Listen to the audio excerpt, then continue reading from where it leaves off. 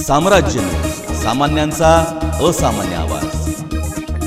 मी पुष्पा पाटील, लालबावटा आशा worker युनियनची जिल्हा सचिवा आणि आशा गटप्रवर्तक महाराष्ट्र फेडरेशनची राज्य सचिव।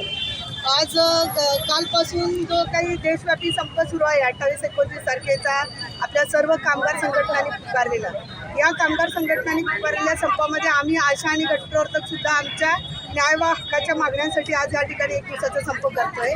प्रामुख्याने आम्हाला शासनाने कायम कर्मचाऱ्यांचा दर्जा द्यावा, सामाजिक सुरक्षा लागू करावी आणि किमान वेतन 22,000 रुपये मंजूर करावं, या केंद्रीय पातळीवरच्या मागण्या आणि जे काही केंद्र सरकारनं 4 कामगार विरोधी कायदे आणलेले आहेत ते 4 कामगार विरोधी कायदे रद्द करावेत आणि या प्रमुख मागण्यांसाठी आम्ही या ठिकाणी आज संप करत आहोत। या केंद्र पातळीवरच्या मागण्यांबरोबरच काही जिल्हा पातळीवरच्या मागण्या पण होत्या आमच्या। यामध्ये मागच्या 5-6 महिन्यापासून केंद्राचा आणि राज्याचा काही नियमित कामाचा मोबदला अद्यापही आलेला नाही आहे। 2020मध्ये राज्य शासनाने आशांना 2,000 रुपयाची वाढ, गटप्रवर्तकांना 3,000 रुपयाची वाढ मंजूर केली होती, तीही अजूनपर्यंत आली नाही। आणि 2021पासून आशांना 1,500 रुपये, गटप्रवर्तकांना 1,700 रुपयाची वाढ मंजूर केली होती। आज जवळजवळ 9 महिने होत आले मंजूर केलं, परंतु त्याचं अजून काही आम्हाला आलेलं नाही।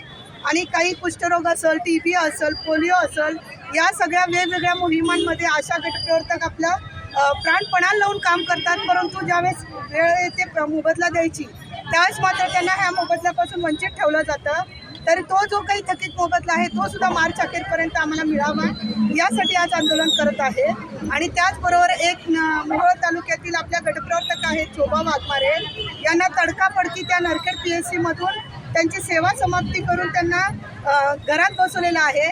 तर या सगळ्या ज्या काही राजकीय घडामोडीमुळे त्या बिचारीवरती जो अन्याय झाला त्या संदर्भात सुद्धा तिला न्याय मिळवून देण्यासाठी सुद्धा आज आम्ही या ठिकाणी निवेदन दिलेलं आहे। आत्ताच DOCना भेटून आम्ही त्यांच्याशी सकारात्मक चर्चा करून आले। त्यांनी आम्हाला सगळे जे काही थकीत जिल्हा पातळीवरती जे काही रक्कम आहे ते आम्ही त्वरित काढू असं आश्वासन दिलेलं आहे। आणि शोभा वाघमारे या ज्या काही गटप्रवर्तक आहेत त्यांच्यावर जो काही अन्याय झाला आहे त्याच्या बाबतीत एक चौकशी समिती नेमून त्यांना तात्काळ आम्ही न्याय देऊ असं त्यांनी मला म्हटलेलं आहे। परंतु जर का लवकरात लवकर या काही सगळ्या गोष्टी झाल्या नाही तर आम्हाला याच्याही पेक्षा तीव्र आंदोलन करावं लागेल। आत्ता आम्ही 1 दिवसाचं आंदोलन करतोय।